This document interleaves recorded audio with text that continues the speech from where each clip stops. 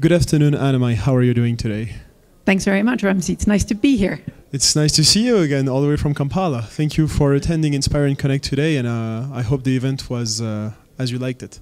It was absolutely fabulous. Thanks very much. Today we are coming together to talk about your project, DSF and Digital Skill Foundation, your EdTech, and to bridge the skills gap and leads to meaningful employment.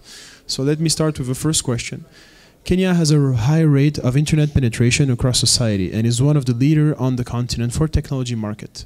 Nevertheless, not everyone is equal when it comes to this transformation. Tell us what needs to be done, fill these gaps, and how is DSF working towards reaching this goal? And I think there's two subjects there. So thanks for that. So Digital Skills Foundation is a social enterprise. We focus on scalable, cost-effective, and internationally accredited training to ensure that people have the skills that they require to be employable. So one of the things, so we're looking at there's two questions there. There's accessibility and there's knowledge. So accessibility is connectivity, is devices and all those kind of things. But if you look at the moment, there's a World Bank report that just came out where they said, well, there's a lot of people that are actually connected on the internet, which is not a problem. But actually they don't use the internet. And why don't we use connectivity and everything else in devices? Because we don't have skills, because you're not born with skills, right?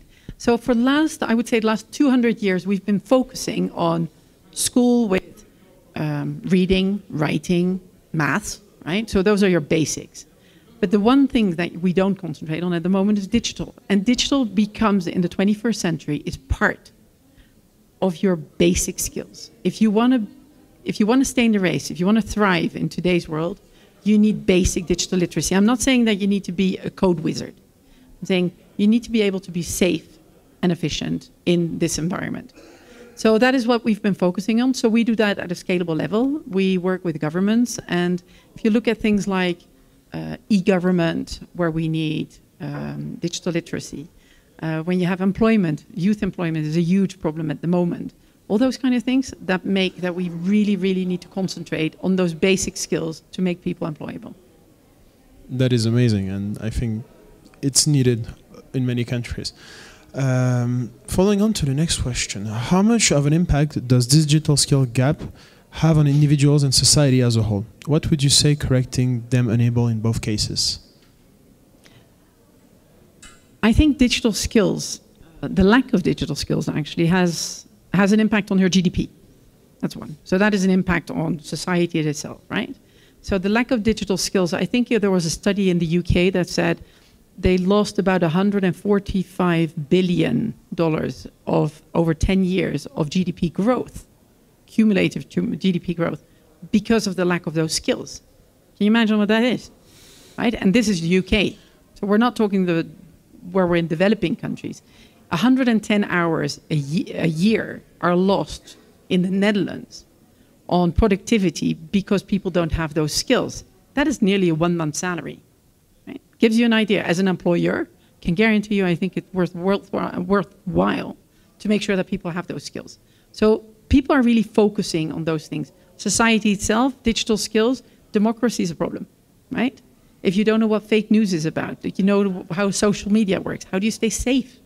So there's different things. So I think learning, relearning, de-learning, relearning is something that you do through a system. So it's key today with the transition that we're going through that we're teaching teachers, educators, to actually become competent in digital literacy. And that is really what we focus on. Enabling people to make analysis. Exactly. So final question, which I think is too short to talk about what you're actually doing, but what could be done to correct these problems at root instead of having to correct the inequalities afterwards? I think there's loads of things that we can do, but I think one of the things that we have been focusing on is scalability, right? It's great that we're only training one-to-one, but scalability, making sure that people have access. We do data-driven, so we have dashboards. We know what you're doing. We know when you're doing it and how you're doing it, and we know your results. And then on top of that, we work on sustainable models. So with transfers, assessments, skill assessments, where are you today, where do you need to go, and how do you transform that into a sustainable way within your country to work with governments, as in ownership of systems, that is a possibility, knowledge transfer and building of content. Analysis and empowerment. I think Exactly. we can talk about this for a very long time. Annemijn, thank you again so much for coming here today, and I hope that you get inspired and that you made some connection as well. I've had a wonderful time. It's been great to speak to people, and I think we're all very like-minded here. Thank you very much. Thanks to you. Bye-bye.